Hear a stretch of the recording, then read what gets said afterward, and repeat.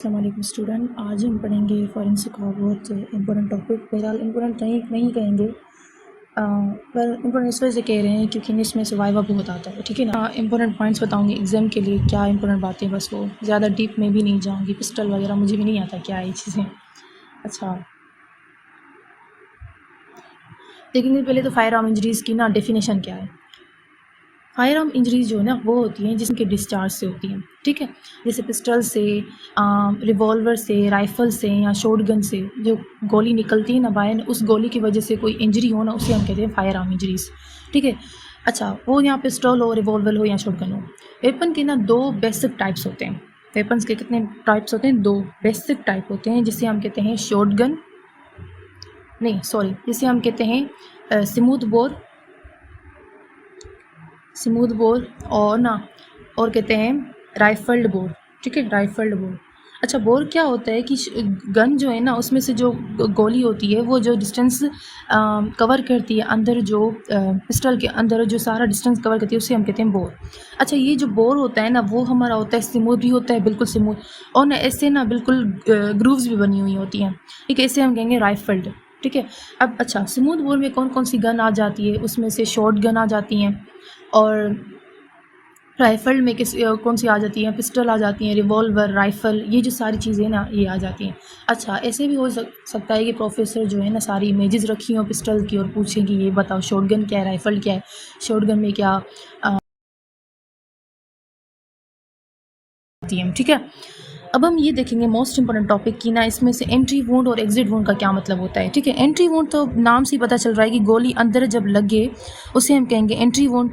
गोली अगर बाहर बॉडी से निकले उसे हम कहेंगे एग्जिट वुंड। ठीक है। अब जो चीज़ हमारी अंदर जा रही है तो वो क्या करेगी, सारी स्किन को अंदर ले जाएगी ना, जाहिर सी बात है, उसे हम कहेंगे इन्वर्टेड इंजरी है। एजेस बिल्कुल क्या होंगी, इन्वर्टेड होंगी, और एब्रेजन भी होगी उसमें। अच्छा, उसमें ना कॉलर की फॉर्मेशन भी होती है, जिसे ग्रीज कॉलर इसे कहते हैं, वो भी होता है। एग्जिट वो में क्या होता है कि एजेस जो होती हैं इन्वर्टेड। अब एक चीज़ बाहर निकल रही है तो क्या होगी, टिश्यूज़ बाहर की तरफ ऐसे फट के निकलेगी, टिश्यूज़ को फाड़ के निकलेगी, और कॉलर यहाँ पे नहीं होता, बिल्कुल गोल गोल चीज़ें नहीं होती। ठीक है। कॉलर मीन्स, ये याद रखो, collar means entry wound. Entry wound में हमेशा कॉलर होता है, एग्जिट वुंड में कॉलर एब्सेंट होता है। ठीक है। अब हम देखेंगे कि रेंज ऑफ फायर क्या होती है। रेंज से हम डिस्टेंस को कैसे पता चलेगा कि ये कितने डिस्टेंस का था। ठीक है, रेंज से डिस्टेंस एस्टीमेट होता है। रेंज से क्या होता है, डिस्टेंस एस्टीमेट होता है कि कहाँ से मर्डर खड़ा था और कैसे इसने गोली मारी है। ठीक है, इसमें से जो होता है ना कॉन्टैक्ट होता है, कॉन्टैक्ट, क्लोज रेंज। ठीक है, क्लोज रेंज और distance range. Contact, close range and distance range. Contact क्या होता है, मजल बिल्कुल ना टच होगा तो वो क्या करेगा, वहाँ पे गोली मारेगा तो वहाँ पे जो ब्लैकनिंग जो इनसाइड होगी, इनसाइड जो टिश्यूज़ में होगी ना वो ब्लैकनिंग होगी, और मसल्स की जो इम्प्रिंट होगी। तो अगर कोई ऑटोप्सी में फॉरन किसी की डेथ होगी तो ऑटोप्सी में हम ये देखेंगे टिश्यूज़ के अंदर अगर टैटूइंग है या कोई ना ब्लैकनिंग है तो हम ये कहेंगे कि ना ये कॉन्टैक्ट की है, किसी ने ना ऐसे मसल को कॉन्टैक्ट टच करके स्किन पे फिर मारा हो, तो हम ये कहेंगे ना कि ये सुसाइडल भी हो सकता है। ठीक है, मोस्ट केसेस में ये सुसाइडल ही होता है, पर माइनर में ये होमिसाइडल भी हो सकता है।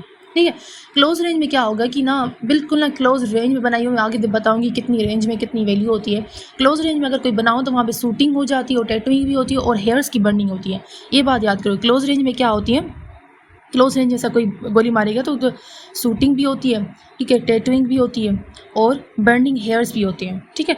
डिस्टेंस रेंज में क्या होगी, कोई ना शूटिंग वगैरह नहीं होगी, क्योंकि सारी जो चीज़ें होंगी वहाँ पे पहले हीटअप बाहर निकल जाएगी इन्वायरमेंट के बाहर से, दे मतलब ना कोई डिस्टेंस से गोली मार रहा है। ठीक है, तो आपको पता है। ठीक है, नो शूट, नो टैटूइंग, सिर्फ बुलेट होल होगा, जो बुलेट जितनी होगी ना उसका होल होगा डिस्टेंस रेंज में।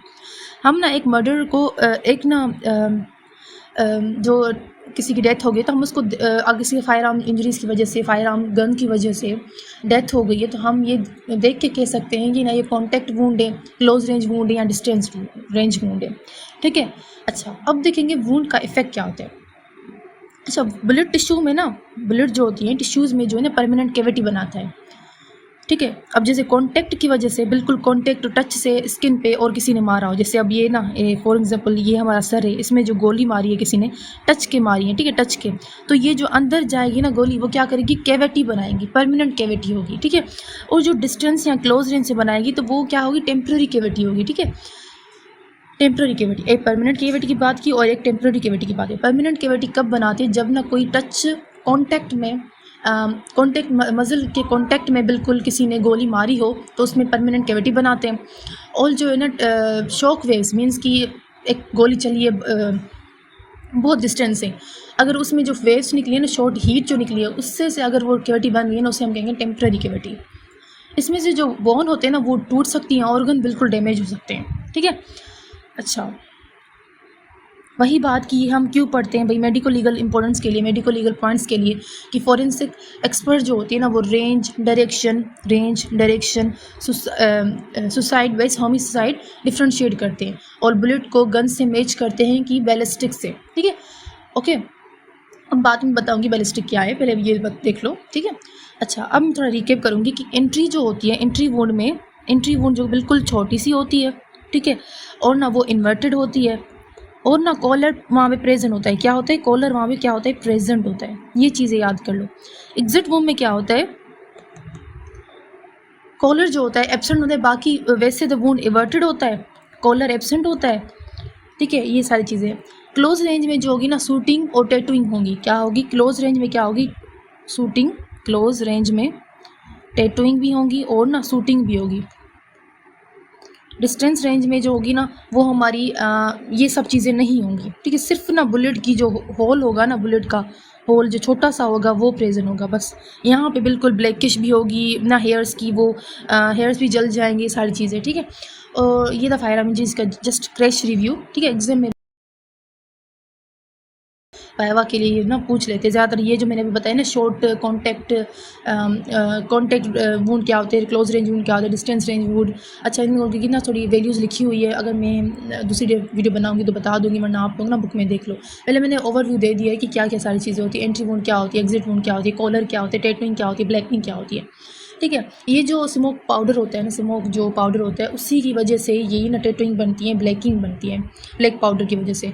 ये चीज़ें मैं आगे बताऊंगी, ठीक है ना। अभी के लिए ये देख लो, अल्लाह हाफिज़।